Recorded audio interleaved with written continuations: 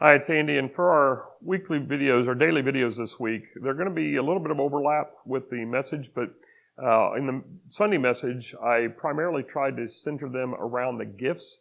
Today I'm going to dive directly more into, or in Monday through Thursday this week, I'm going to dive directly more into the verses themselves. In Romans 6:14, Paul says that those who have placed their faith in Christ no longer live by the law. Rather, they live by grace. Thus, in verse 15, the question arises, if we live by grace, are we free to do what we want to do? Now, as I mentioned yesterday, in yesterday's video, the main sermon, this is a similar question to Romans 6:1, but that question was about sinning in excess. In verse 15, it's about living free of restrictions, at least in a general sense. The risk of promoting grace is that people might want license to do what they want because they're not bound by law. And if not bound by law, they're certainly not bound by legalism. But Paul is clear that question misses the point. Being free from the law, and specifically the Mosaic law, does not give a person liberty to do what they want.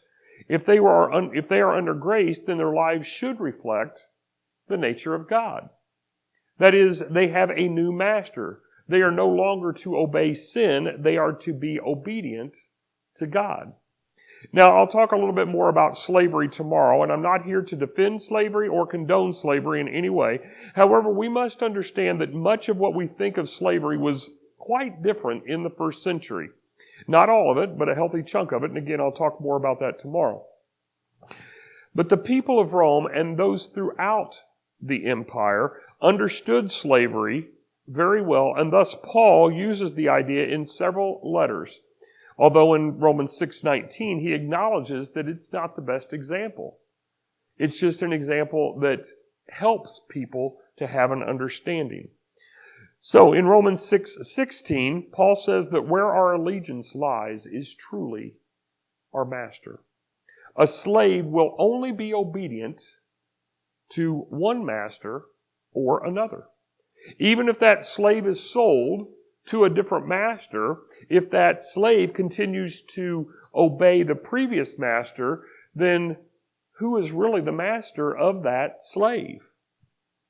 The same is true for us, because as Paul is alluding here, we are all slaves. We are either slaves to sin or slaves to righteousness, that is, slaves to God.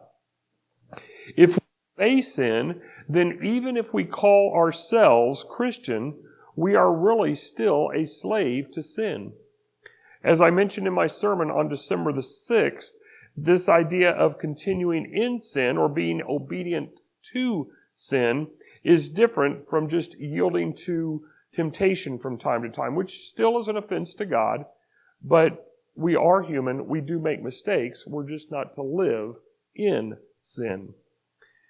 But by the grace of God, we have an ability to choose our master. We can choose to continue with sin, or we can choose to straddle the line. But Jesus says it is impossible. Jesus said it is impossible to serve two masters. Matthew 6:24. So we have to make a choice. Sin or God. Again, we can claim one or another mentally. We can even proclaim it verbally. But as Paul said in Romans 6:16, our obedience reveals our true allegiance. In other words, the proof is in the pudding. I'm reminded of the Old Testament story when the Israelites were renewing their covenant with God at Shechem.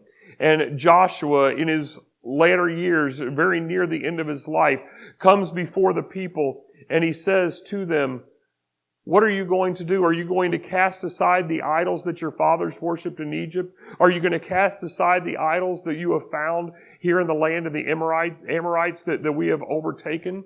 Or are you going to turn to worshiping other gods and not worship the true God? And then he says famously, but as for me and my house, we will serve the Lord.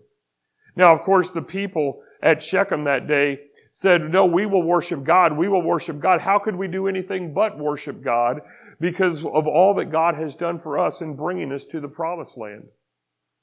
And yet we know that shortly after Joshua died, the people did turn away from God. And God reached out and saved them time and time again through the judges.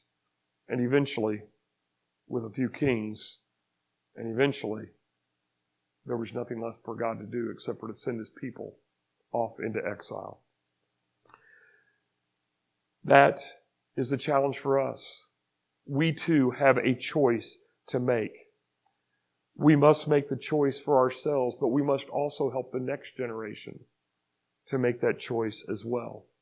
The question is not only where does our allegiance lie, but what will we teach others about our allegiance?